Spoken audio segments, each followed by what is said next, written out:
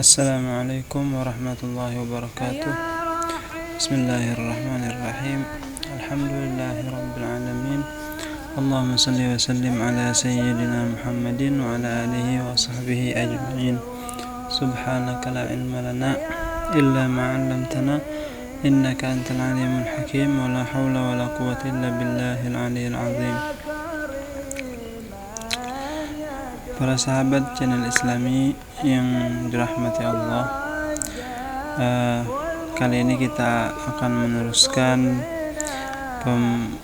pelajaran kita tentang fikih kitab Mukhtasar Latif yang sebenarnya sudah lama kita tidak teruskan, dan alhamdulillah saat ini kita bisa meneruskan kembali. Mudah-mudahan bisa bermanfaat dan mudah-mudahan bisa diamalkan dan menjadi penyebab kita mendapatkan pahala dan ridha Allah Subhanahu wa taala. Langsung saja muallif rahimahullah taala Syekh Abdullah bin Abdul Rahman Bafadl, beliau berkata, faslun wa man intaqadha wudu'uhu harama alaihi as-salatu wa tawafu wa masul mushafi wa hamluhu wal lawhil maktubi lil dirasah. Barang siapa yang batal wudunya, maka haram atasnya melakukan salat, melakukan tawaf, menyentuh Al-Quran dan juga membawanya. Begitu juga papan tulis kecil yang ditulis di situ ayat-ayat Al-Quran untuk dipelajari, untuk dibaca, untuk dihafal. Jadi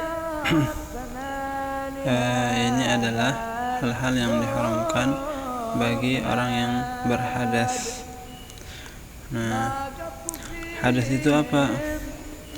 Hadas itu amrun i'tibari yaqumu bil a'dha yamna'u sihhatas salati haitsu lam murakhis.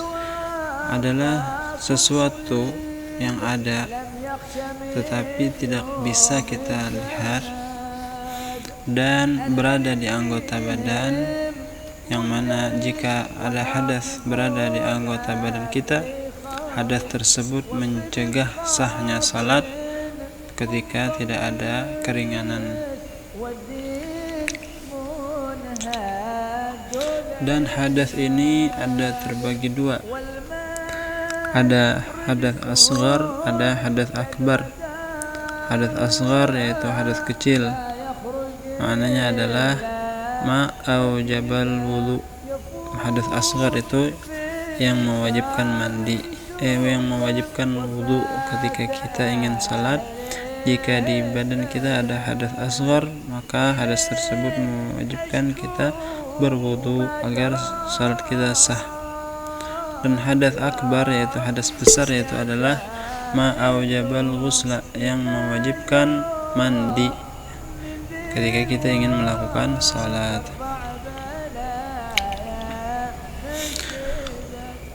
Jadi yang diharamkan bagi orang yang berhadas kecil. Sekarang kita khusus membicarakan apa saja yang diharamkan bagi orang yang berhadas kecil.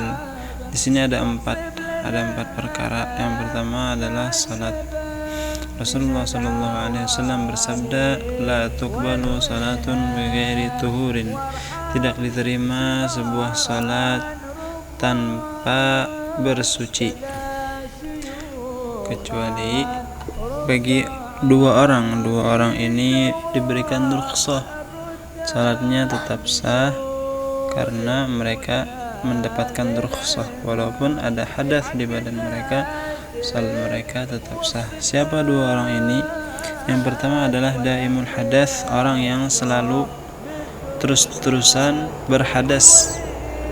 Jadi misalnya seperti salisul baul, orang yang tidak bisa menahan kencingnya yang keluar terus-menerus, mungkin sedikit-sedikit, cuman terus-menerus dan dia tidak bisa menahan. Itu salisul baul. Salatnya dia sah walaupun dalam keadaan berhadas asalkan dia sudah memenuhi beberapa tahapan-tahapan atau tata cara yang harus dia lakukan, yang mungkin nanti akan kita bahas di pertemuan yang lain.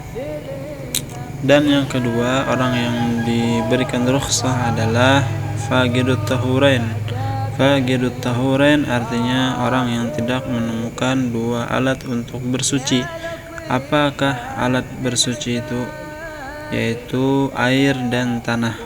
Air untuk berwudu, dan jika tidak ada maka bisa menggunakan tanah debunya untuk bertayamum sebagai pengganti wudu, bisa juga sebagai pengganti mandi. Nah, jadi dua orang ini diberikan rukhsah, jadi tetap sah salatnya walaupun tidak dalam keadaan bersuci. Yang kedua tadi yang diharamkan adalah tawaf, karena Rasulullah SAW bersabda, at-tawafu hawlal baiti mithlu salati illa annakum tatakallamuna fihi faman tatakallama fihi fala yatakallamanna illa bi khair. Artinya tawaf berputar di sekitar Ka'bah itu seperti salat, kata Nabi, melainkan bahwa kalian boleh berbicara ketika tawaf itu. Maka barang siapa yang ingin berbicara ketika tawaf, maka janganlah dia berbicara melainkan hanya hal-hal yang baik saja, seperti doa, seperti zikir, seperti salawat, dan hal yang semisalnya. Yang ketiga tadi beliau mengatakan wamassul mushaf, dan menyentuh Al-Quran, karena Allah Subhanahu wa taala berfirman, la yamassuhu illal mutahharun, tidak boleh menyentuhnya kecuali orang yang bersuci, orang yang telah bersuci. Dan Rasulullah sallallahu alaihi wasallam bersabda pada kitab atau surat yang beliau kirim kepada utusannya ke Yaman, yaitu Amr bin Hazm, beliau menulis wala yamassul qur'ana illa tahirun, dan tidak boleh menyentuh Al-Quran kecuali orang yang suci dari hadas kecil dan suci dari hadas besar. Begitu juga menyentuh jilid Al-Quran, sama hukumnya. Lalu apakah menyentuh kitab-kitab selain Al-Quran itu harus berwudu seperti Taurat, Injil? Jawabannya tidak. Menyentuh kitab-kitab selain Al-Quran tidak diwajibkan berwudu, dan tidak haram kita menyentuh dalam keadaan berhadas. Hal yang keempat yang diharamkan bagi orang yang berhadas kecil adalah membawa Al-Quran, hamlul mushaf, membawa Al-Quran. Karena menyentuhnya saja tidak boleh, apalagi membawanya. Nah, begitu. Dan tadi itu juga papan tulis yang ditulisi Al-Quran, papan tulis kecil yang ditulisi Al-Quran, yang mana yaitu untuk dibaca, diulang-ulang, untuk dihafal. Biasanya itu adalah salah satu metode menghafal Al-Quran. Di sebagian tempat lauh itu seperti papan tulis kecil, lalu di situ ditulis ayat-ayat Al-Quran, lalu mereka membaca, mengulang sampai hafal. Setelah itu baru dihapus dan diganti dengan ayat selanjutnya. Itu masih dipraktekkan di sebagian tempat, menghafal dengan cara seperti itu. Lalu barang yang lain yang ditulis Al-Quran, apa hukumnya?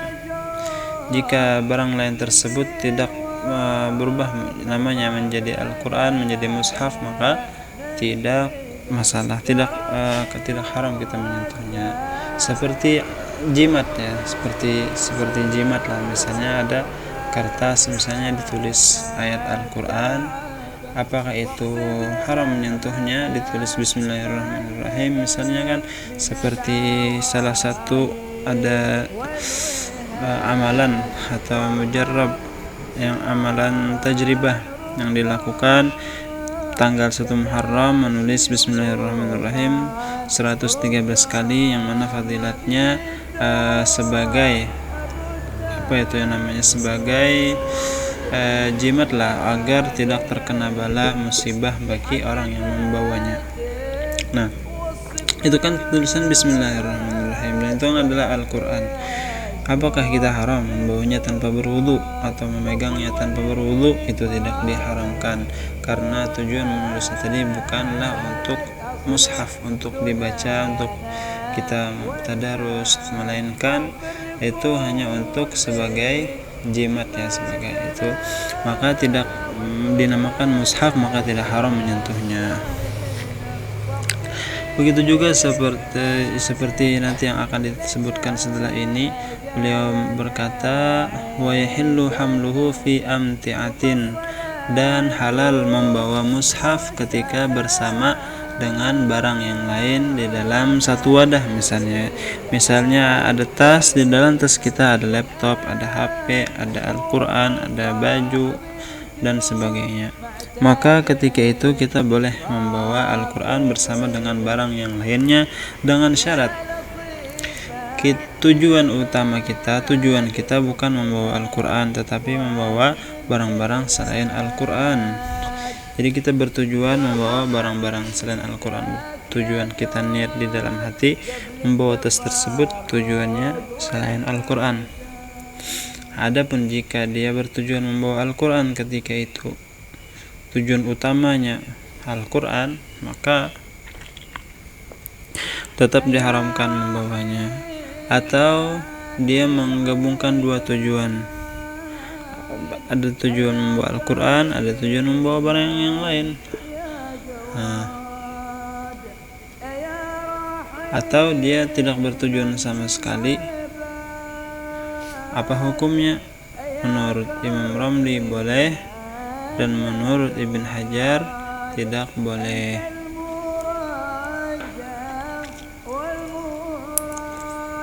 Jadi itu yang sepakat boleh membawa Al-Quran bersama dengan barang yang lain ketika kita bertujuan membawa barang yang lain. Misalnya kita tujuan utama dan tujuan kita satu-satunya membawa tas tadi adalah membawa laptop, yang lainnya ikutlah, kayak begitu. Jadi tujuan kita laptop itu misalnya. Nah, itu diperbolehkan membawa mushaf yang berada bersama laptop itu tadi.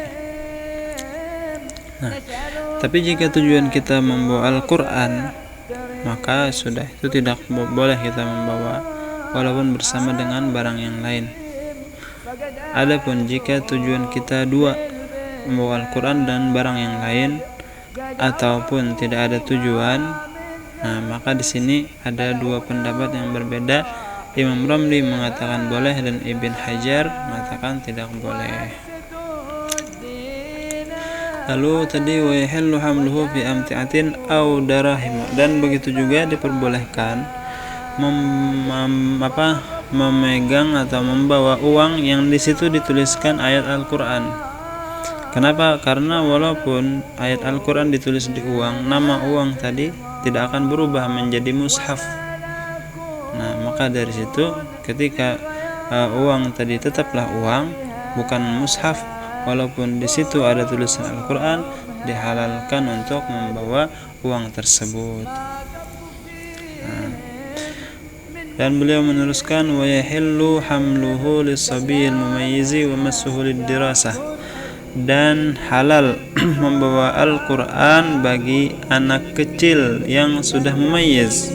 Di sini syaratnya sudah mumayyiz. Jika belum mumayyiz dilarang, tidak boleh. Syaratnya harus mumayyiz. Apa makna mumayyiz? Mumayyiz itu berbagai macam ta'rif ya. Salah satunya ta'rifnya adalah alladzi ya'kulu wahdahu wa yashrabu wahdahu wa yastanji wahdahu. Anak yang sudah bisa makan sendiri, minum sendiri, istinja sendiri, itu dikatakan mumayyiz. Nah, anak seperti itu sudah bisa membedakan ini buruk, ini baik. Jika kita beri nasihat, dia bisa mendengar. Nah, Al-Quran, di sini kita kasih tahu jangan dibuang, tidak boleh. Nah, dia mengerti hal itu, jadi dia akan mendengarkan itu dan tidak akan membuang Al-Quran, sehingga Al-Quran aman daripada penghinaan ketika itu. Maka di sini sabi, kan anak kecil yang sudah memayyiz, diperbolehkan membawa Al-Quran, menyentuh Al-Quran, dirasah untuk belajar membaca Al-Quran, walaupun dia tidak dalam keadaan bersuci, walaupun dia berhadas. Di sini diperbolehkan untuk memudahkan anak kecil mempelajari Al-Quran, sehingga ketika besar dia sudah bisa membaca Al-Quran. Nah, sampai di sini semoga bisa dipahami dan mudah-mudahan bermanfaat. Wassalamualaikum warahmatullahi wabarakatuh.